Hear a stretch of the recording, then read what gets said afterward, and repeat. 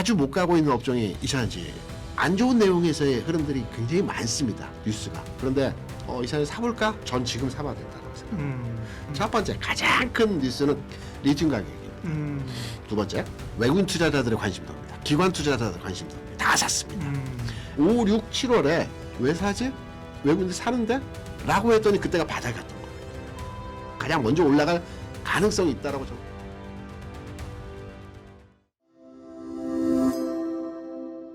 이민수의 경제토크 KR리서치 김대준 대표님 모셨어요. 2차 전지 얘기를 하겠습니다. 반도체 뭐 더할 나위 없이 좋고, 네. 네. 지정학적으로 세상이 계속 어지러우니 방산 좋고, 그죠? 네. 뭐 로봇은 새로운 성장의 트렌드니까, 그죠? 네. 관심 있고. 2차 전지는 뭐 좋은 얘기는 별로 환경적으로 좋은 얘기, 솔직히 뭐 기대할 만한 얘기는 많지 않은 거죠? 아니요, 이제 기대해봐야 될 것 같습니다. 뭘 기대를 그러면, 네. 아직 사그라들지 않았고요. 네. 이제 다시 움직일 만한 타이밍이 되지 않을까라고 생각합니다. 이제 이차전지 같은 경우는 뭐 앞서 잠깐 지수 잠깐 말씀해 주셨지만 네. 지수 대비해서 강한 종목, 그러니까 지수 신고가고요. 신고가 이상의 가격을 현재 진행하고 있는 뭐 대형주라고 할까요? 대형주라고 한다면 말씀하셨던 방산, 하나로스페이스가 신고가고요. 네. 그다음에 아주 큰 대형주는 아니면 현대건설이 신고가죠. 그리고 삼성물산이 신고가고요. 뭐 삼성전자 하이닉스가 신고가 영역으로 넘어가기 위한 단계이고요. 반면에 아주 못 가고 있는 업종이 이차전지, LG에너솔루션 같은 종목들의 그렇죠. 네. 흐름들입니다. 근데 제가 앞선 방송에서 지금 시장이 저평가되어진 종목에 대한 키 맞추기 과정에서의 그 리바운딩 과정의 흐름들이 나타난다는 말씀을 드렸는데요. 이차전지 업종이 조만간이라고 하는 것은 1, 2주 내에 이 흐름의 대열에 들어갈 가능성이 있다라고 저는 개인적으로 생각을 합니다. 오, 레알? 네. 뇌피셜이 아니고요.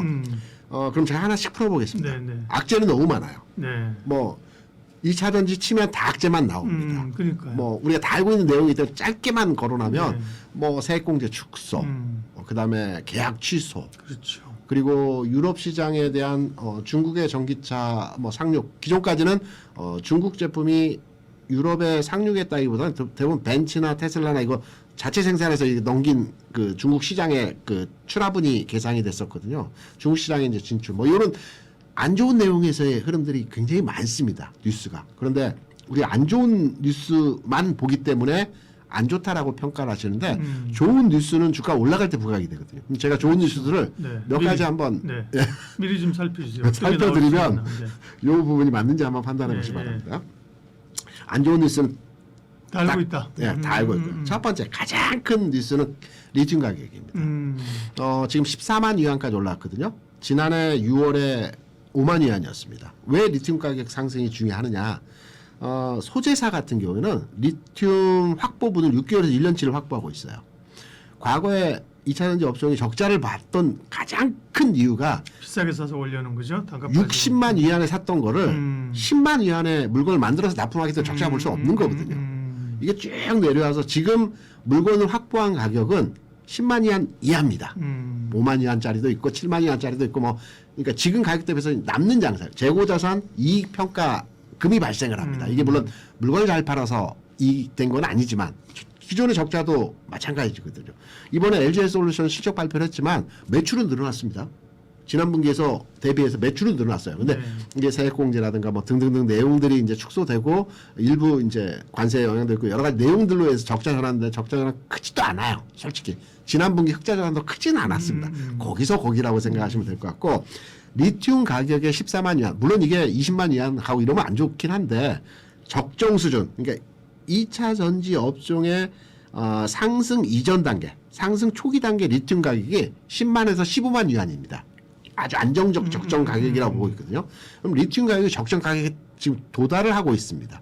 그러면 전체적인 산업 자체에서의 이제 충당된 그 올라갈 수 있는 이익치, 그러니까 매출이 크게 늘어나는 것보다는 그동안의 악재가 해소됐다라고 보고 있거든요. 이게 가장 큰 요인에서의 상승 배경이 될 수 있는 내용이고요. 그래서 최근에 실적 악화에 대한 부분들이 많은데 이 실적 악화에 대한 부분은 1분기 실적에서 다시 턴어라운드 될 겁니다. 이 부분이 개선이 되면서. 두 번째, 외국인 투자자들의 관심도입니다. 기관 투자자들의 관심도입니다. 아, 그래요? 네. 우리가 이제 이차전지를 판단할 때 외국인들은 관심 없어. 안 사. 기관들 안 사. 이걸로 딱 규정지어서 봅니다. 네. 최근 한 2, 3주 동안에 외국인 투자자들이 제가 앞서서 최근 2, 3주 동안에 외국인 투자자들이 주식시장에서는 2조를 매수를 했는데 삼성전자 하이닉스는 2조를 매도했다라고 말씀드렸어요. 그러면 이 2조 매수했는데 실제로 투탑은 2조 매도했으면 요 금액 차이의 3, 4조에 대한 금액은 뭔가를 샀어야 되지 않습니까? 그럼 뭘 샀는가를 들여다보게 되면 최근에 많이 오던 신고가 종목들 대부분 샀어요. 현대중공업 뭐 한 6, 7천억 샀고요.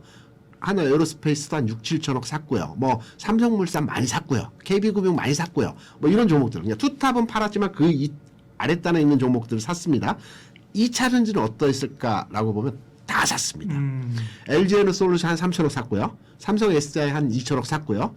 포스코퓨처엠 한 8, 900억 샀고요. 에코프로비엠 한 뭐 3, 400억인가 5, 600억 한 1조는 안 돼, 1000억은 안 됩니다. 이 정도 샀고 LNF까지 샀습니다.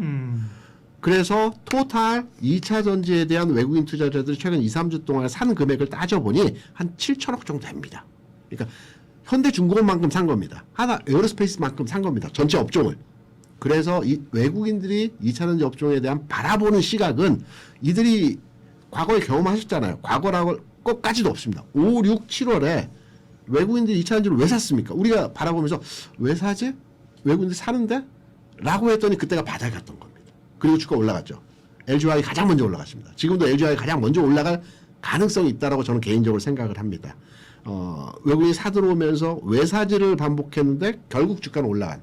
그래서 두 번째는 외국인의 매수가 아주 크지만 않지만 전반의 시장에서 주도주라고 할 수 있는 현대중공업, 하나에어스페이스, 삼성물산과 같은 규모 한 종목은 아니지만 단일 종목은 아니지만 2차전지 전체적으로 요 규모 등치된 가격의 규모가 들어오고 있다. 이게 두 번째로의 관심도를 가질 수 있는 내용입니다. 이런 부분들이 지금 부각이 되고 있지는 않습니다. 그런데 이런 긍정적 내용의 흐름들이 아직 뉴스 하는 데는 있지만 이런 부분들을 우리가 봐야 된다. 네, 아우 심각한데요. 세상이 모르고 있는 뉴스로 보도되고 있지 않는 물밑에서의 2차 전지의 긍정적인 기사들을 이슈들을 말씀하셨어요. 조만간 뉴스가 이제 나올 수 있는 그죠? 그런 겁니다.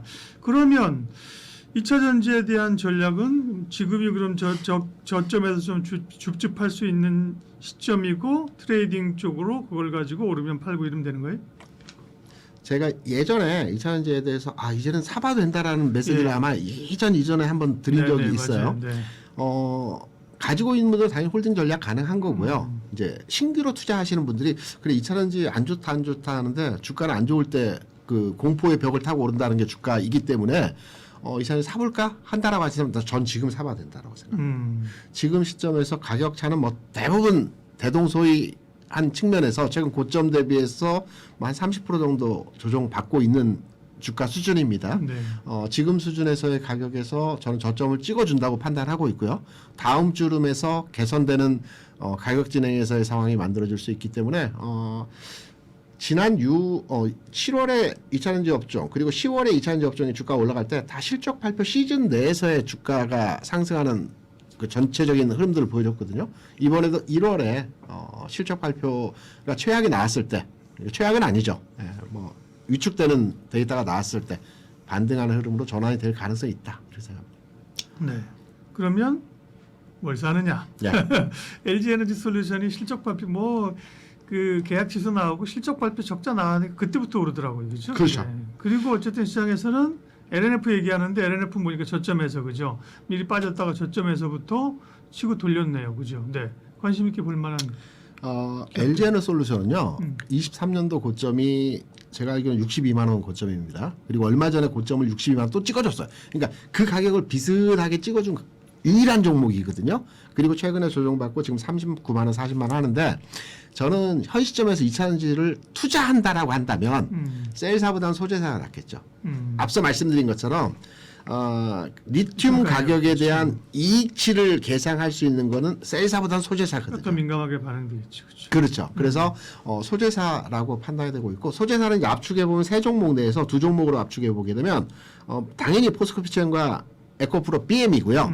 이제 LNF는 왜 한 단계 고민을 해봐야 되냐라고 판단해 보게 되면 최근 금리가 올라가고 있죠. 그러니까 국채 수익률이 최근에 한 3% 정도 수준까지 올라왔습니다. 지난해 2.23%에서 LLF가 부채 비율이 좀 높습니다. 450% 정도 되는데 물론 이제 이건 시설 투자하면서 끌어다 쓴 돈이거든요. 이 부분이 이제 금융 비용이 좀 부담되는 부분이 있기 때문에 LNF 대비해서 저는 포스코피처맨이나 에코프로벤 같은 뭐 에코프로도 요즘에는 여기에 산입해서 많이 판단을 하시는데 요 정도 내에서 1차적으로 소재사로의 공략 부분이 가능하지 않을까 이렇게 생각합니다. 네. 2차 전지, 뭐 어려운 가운데 그래도 희망이 있을까요? 이런 쪽에서 여쭤봤는데 네. 그것보다도 포지티브하게 긍정적으로 맞습니다. 그렇죠? 이제 어떤 이 순환의 차원에서 이제 조만간 2차 전지가 주목을 받을 때가 됐다, 그렇죠? 그렇게 접근을 이제 해도 된다는 얘기를 하셨고 관심주까지 얘기를 해주셨습니다. KR 리서치 김대준 대표님 함께했습니다. 고맙습니다. 네, 감사합니다.